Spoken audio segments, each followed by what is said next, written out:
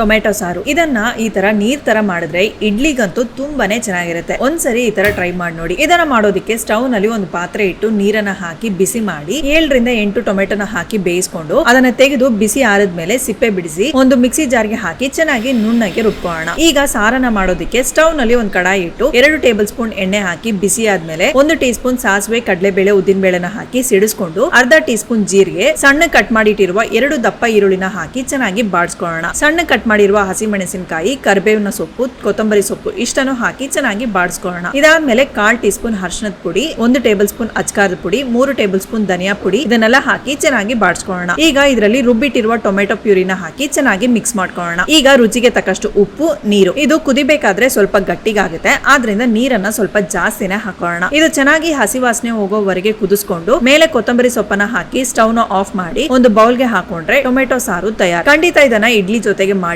ಹೇಗಿತ್ತು ಅಂತ comment box ನಲ್ಲಿ ಕಮೆಂಟ್ ಮಾಡಿ. ಸೊ ಈ ವಿಡಿಯೋ ಇಷ್ಟವಾಗಿದ್ರೆ ಲೈಕ್ ಮಾಡಿ, ಫುಡಿ ಕನ್ನಡನ ಫಾಲೋ ಮಾಡಿ.